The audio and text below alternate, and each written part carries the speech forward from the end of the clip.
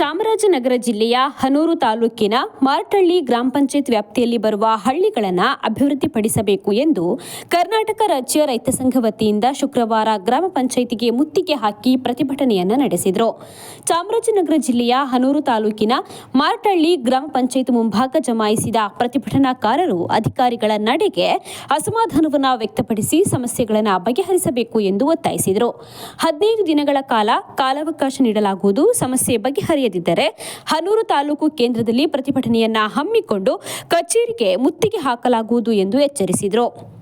ರೈತ ಮುಖಂಡ ಗೌಡೇಗೌಡ ಮಾತನಾಡಿ, ಮಾರಟಳ್ಳಿ ಗ್ರಾಮ ಪಂಚಾಯಿತಿಯಲ್ಲಿ ಈ ಸ್ವತ್ತಿಗೆ ಹೆಚ್ಚಿನ ಹಣವನ್ನು ವಸೂಲು ಮಾಡುತ್ತಿದ್ದಾರೆ.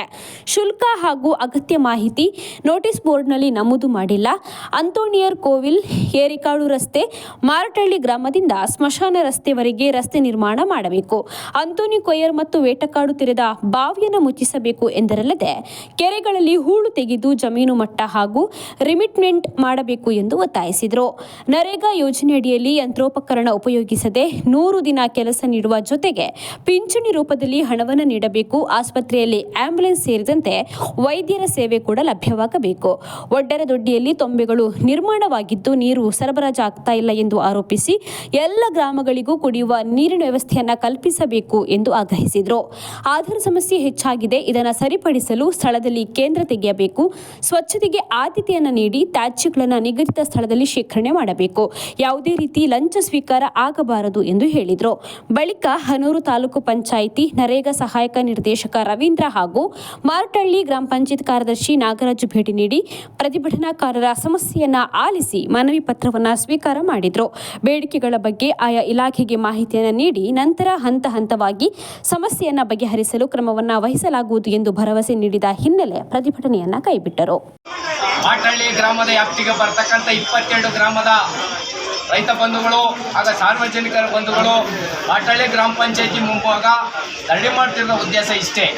ಮಾರಟಳ್ಳಿ ಗ್ರಾಮ ಪಂಚಾಯಿತಿ ಇದುವರೆಗೂ ಸಹ ಸಾರ್ವಜನಿಕರ ಕೆಲಸಗಳನ್ನು, ರೈತರ ಕೆಲಸಗಳನ್ನ ಮಾಡದೇ ಇರೋದ್ರಿಂದ ಇವತ್ತು ನಾವು ಈ ಧರಣಿಯನ್ನು ಮಾಡ್ತಾ ಇದ್ದೀವಿ.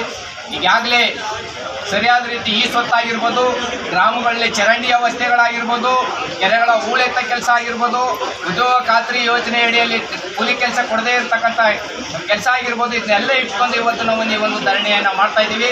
ಈಗಾಗಲೇ ನಾವು ಇವರು ಗ್ರಾಮ ಪಂಚಾಯಿತಿಯ ಕಾರ್ಯದರ್ಶಿಗಳು ಮತ್ತು ಇವರಿಗೆ ಎಚ್ಚರಿಕೆಯನ್ನು ಸಹ ಕೊಟ್ಟಿವಿ. 15 ದಿನಗಳ ಒಳಗಡೆ ಈ ಕೆಲಸ ಆಗಲಿಲ್ಲ ಅಂತಂದರೆ ಮತ್ತೆ ನಾವು ತಾಲೂಕು ಪಂಚಾಯಿತಿ ಹನೂರಿನಲ್ಲಿ ಮುತ್ತಿಗೆ ಹಾಕುವಂಥ ಕೆಲಸವನ್ನು ನಾವು ಮಾಡ್ತೀವಿ ಅನ್ನೋ ಒಂದು ಮಾಧ್ಯಮದ ಮೂಲಕ ಎಚ್ಚರಿಕೆಯನ್ನು ನೀಡ್ತಾ ಇದ್ದೀವಿ. ಈ ಸ್ವತ್ತು ಮಾಡಿಸೋಕ್ಕೆ ನಮ್ಮ ಮಹಿಳೆಯರು ಹೇಳಿದ್ರು 7,000 ರೂಪಾಯಿನ ನಾವು ಕೊಟ್ಟಿದ್ದೀವಿ ಅಂತ.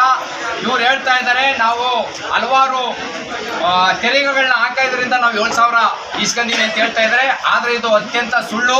7,000 ರೂಪಾಯಿ ಯಾವುದೇ ಪಂಚಾಯಿತಿಲೂ ಸಹ ಇದಿಲ್ಲ. ನಾವು ಹೇಳಿದ್ದೀವಿ, ನೀವೇನಾದರೂ ಅಕಸ್ಮಾತ್ ಆ ಎಮ್ಮನತ್ತೆ ಜಾಸ್ತಿ ದುಡ್ಡು ಇಸ್ಕೊಂಡ್ರೆ ಅದು ವಾಪಸ್ ಕೊಡಬೇಕು. ಕೊಟ್ಟಿಲ್ಲ ಅಂತಂದರೆ ಕರ್ನಾಟಕ ರಾಜ್ಯ ರೈತ ಸಂಘ ಮರು ವಸೂಲಿ ಮಾಡುವಂಥ ಕಾರ್ಯಕ್ರಮವನ್ನು ಹಮ್ಮಿಕೋಬೇಕಂತ ಒಂದು ಎಚ್ಚರಿಕೆಯನ್ನು ಸಹ ಇವತ್ತು ನಾವು ಗ್ರಾಮ ಪಂಚಾಯಿತಿಯ ಕಾರ್ಯದರ್ಶಿಗಳಿಗೆ ತಿಳಿಸಿದ್ದೀವಿ. 15 ದಿನದೊಳಗೆ ಕೊಡ್ಬೇಕಂತ ಹೇಳಿದ್ದೀವಿ. ಇಲ್ಲಾಂದರೆ ಬಿಲ್ ಕೊಡ್ಬೇಕು 7,000 ರೂಪಾಯಿಗೆ. ಅವ್ರು ಏನು 7,000 ರೂಪಾಯಿ ಇಸ್ಕೊಂಡಿದ್ದಾರೆ ಅದಕ್ಕೆ ಬಿಲ್ ಕೊಡಬೇಕು.